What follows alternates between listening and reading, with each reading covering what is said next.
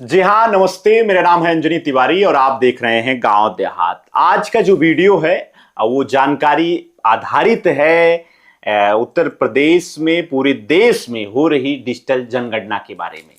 जनगणना के बारे में आपको बताएंगे, ये जनगणना क्यों महत्वपूर्ण है, इस जनगणना में आपके लिए क्या कुछ जानना जरूरी है, इस जनगणना में आप अपने इस एंड्रॉयड फोन के माध्यम से कौन कौन सी जानकारियों को अपलोड कर सकते हैं। साथ ही साथ ये भी बताएंगे कि सरकार आपसे कौन से ऐसे कागजात मांगेगी जो जनगणना में आवश्यक है। जी हाँ, सबसे पहले बात करते हैं इस जनगणना की। तो पूरे भारत में पहली बार भारत सरकार की ओर से डिजिटल जनगणना कराई जा रही है। ये जनगणना जो है हमारे भारतवर्ष की जो जनगणना है ये 16वीं जनगणना है। अभी तक 15 जनगणना हो चुकी है और स्वतंत्र भारत में ये जो जनगणना है ये 8वीं जनगणना है, यानी कि 1947 के बाद 8वीं बार भारत में जनगणना कराई जा रही है। जनगणना 2 चरणों में है। जनगणना को लेकर के 16 जून 2025 को एक अधिसूचना जारी हुई थी और इस अधिसूचना के मुताबिक पूरे भारत में 2 चरणों में जनगणना का कार्य संपन्न कराया जाएगा। पहला जो चरण है वो 1 अप्रैल 2026 से शुरू होगा और अब जो है पहला चरण शुरू हो चुका है और दूसरा जो चरण है वो जो है मार्च महीने में 2027 में होगा। और दूसरे चरण में क्या क्या होगा इसके बारे में भी आपको बताएंगे। सबसे पहले आपको बता दें कि पहले चरण में क्या कुछ होना है। जो पहला चरण है इस चरण में आपको आपके अपने घर के बारे में जानकारी आपको देनी होगी। साथ ही साथ इस जनगणना में कुल 33 प्रश्नों की जानकारी आपको देनी होगी और आप किस तरीके से इस जनगणना में अपनी जानकारी दे सकते हैं इसके बारे में भी आपको बताएंगे। तो 1 अप्रैल से जो पहला चरण शुरू हुआ है ये 30 सितंबर तक रहेगा और इस 1 अप्रैल के चरण में सबसे पहले आपको बताएं तो इस चरण में स्वगणना की सुविधा है। इसमें आप जो वेबसाइट है yesi.cnes.gov.in पे जा करके अपनी जानकारी आप दर्ज करा सकते हैं। इसके बाद सत्यापन हेतु एक सेल्फ एन्यूमेशन आईडी उत्पन्न होगी और गणनाकर्ता जब आपके घर पे आएगा तब उस सर्वे के मुताबिक उस जानकारी को आपसे वेरीफाई करेगा। पहला चरण जो है 33 प्रश्न इसमें है। हर घर भवन और संस्थान का विवरण इसमें आपको दिया जाएगा। मकान आपका कच्चा है या पक्का है इसके बारे में आपको बताना होगा। पानी के बारे में, बिजली, शौचालय के बारे में, भवन जो आपका है वो आवासीय है कि व्यवसायिक दृष्टिकोण से आपने बताया है, इन सब के बारे में आपको जानकारी देनी होगी। दूसरा जो चरण है इस चरण में जनसंख्या की गणना होगी। इसमें उम्र, लिंग और शिक्षा आपकी क्या है इन सब के बारे में आपको जानकारी देनी होगी। तो ये पूरी जानकारी है और इस जानकारी के हिसाब से ही आपको अपनी जनगणना के बारे में बताना है। तो ये जो जनगणना है इस जनगणना में आपको बताएं तो ये भारत की 16वीं जनगणना है और इस जनगणना में आप डिजिटल तरीके से पार्टिसिपेट कर सकते हैं। इसके लिए जो भारत की वेबसाइट है जनगणना की, इस वेबसाइट पे आपको जाना होगा और इस डिजिटल वेबसाइट पे जा करके आप अपना रजिस्ट्रेशन भर करके आप अपनी जानकारी जो है उपलब्ध करा सकते हैं।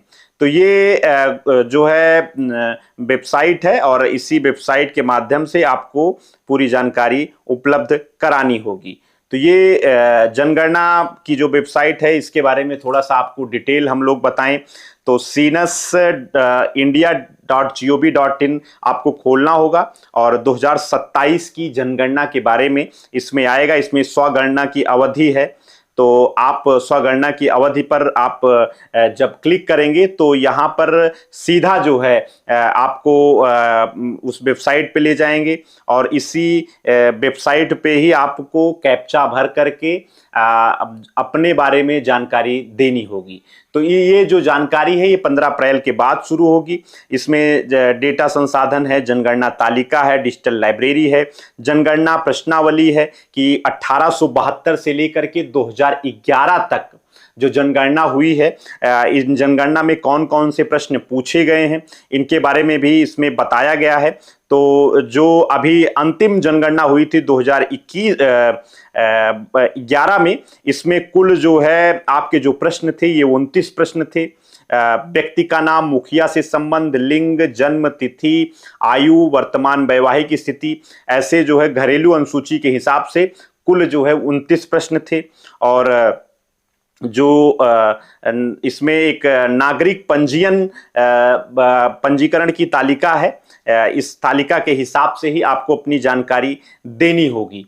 तो जब आप इस पे क्लिक करेंगे तो यहाँ पर आपको अपनी जानकारी देनी होगी और इसी जानकारी के आधार पे ही आप जो है अपनी समस्त जानकारियों को स्वगणना के आधार पर इस पे दे सकते हैं।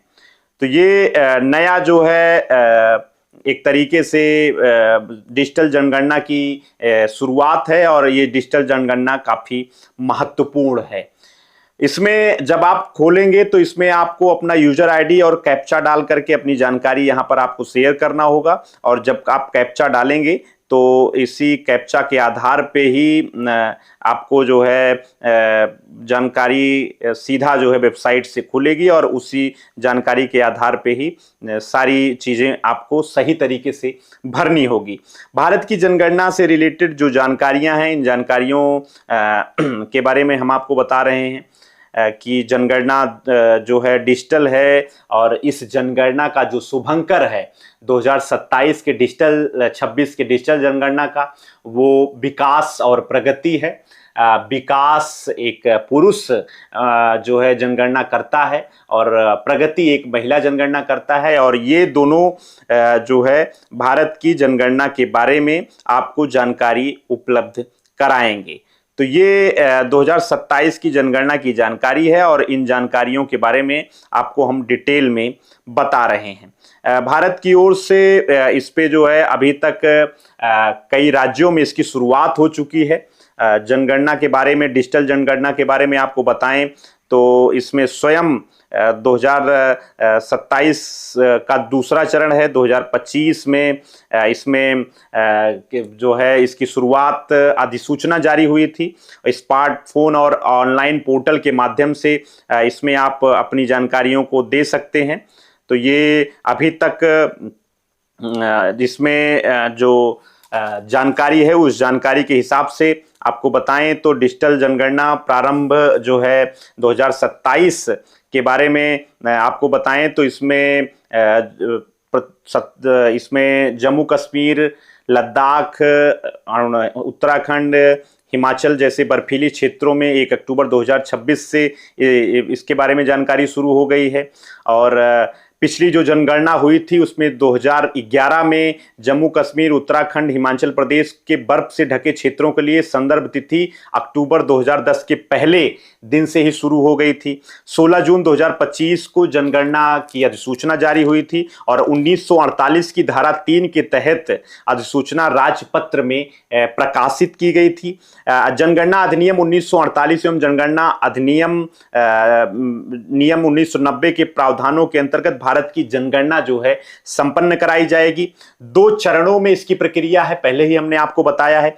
पहला चरण हाउस लिस्टिंग एवं हाउसिंग सेंस का है, जिसमें आवासीय स्वरूप, दीवार, फर्श, छत, शौचालय एवं अन्य सुविधाओं की जानकारी जो पहले हमने आपको बताई है।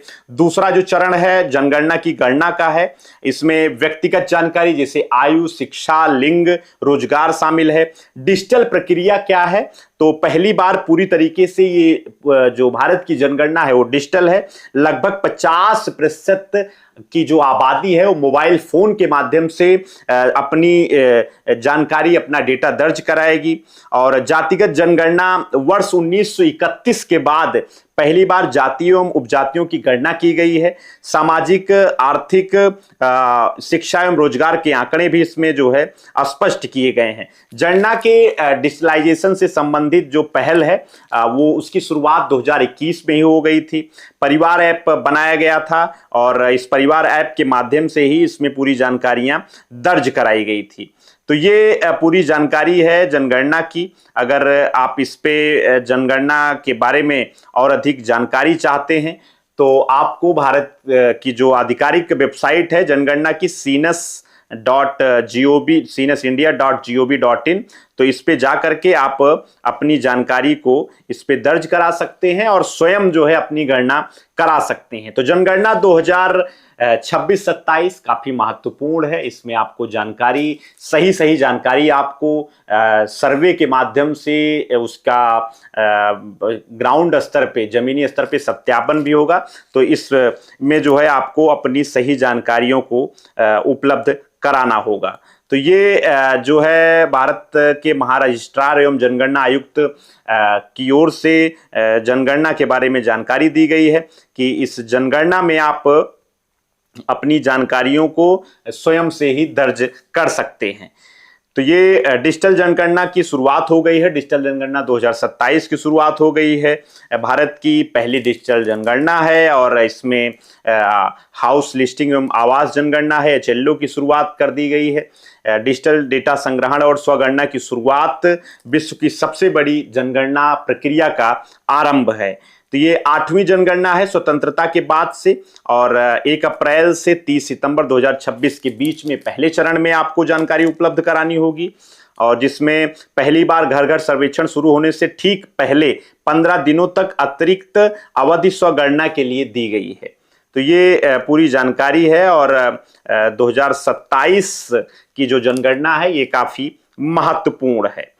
इसमें प्रगति और विकास इसका शुभंकर है और समानता का प्रतिनिधित्व है। ये राष्ट्र निर्माण में महिलाओं और पुरुषों की सामाजिक भागीदारी का प्रतीक है और वर्ष 2047 तक भारत को विकसित राष्ट्र बनाने की परिकल्पना के अनुरूप है। इसका जो उद्देश्य है ये हितैषी जन राजदूत, फ्रेंडली पब्लिक एम्बेसडर के रूप में इसको तैयार किया गया है और ये पूर्णतः जो है डिजिटल है। जाति जनगणना 1931 के बाद पहली बार दशकीय जनगणना में समुदायों के व्यापक जाति गणना इसमें आधारित की गई है। तो ये जनगणना के बारे में हमने आपको जानकारी दी है। जनगणना डिजिटल है। जनगणना आप स्वयं से अपनी गणना कर सकते हैं। 15 दिन पहले से आपको जो है समय उपलब्ध कराया जाएगा और आप अपनी जानकारी अपने फोन के माध्यम से, डेटा के माध्यम से दर्ज कर सकते हैं। जनगणना से जुड़ी हुई हर एक जानकारी हम आपको उपलब्ध कराते रहेंगे। ऐसे ही जानकारी आपके बीच में लेकर आते रहेंगे और अधिक जानकारी के लिए चैनल पर अगर आप नए हैं तो मेरा आपसे निवेदन है, कृपया चैनल को सब्सक्राइब कर लीजिए। देखते रहिए गांव देहात। आपका बहुत बहुत धन्यवाद।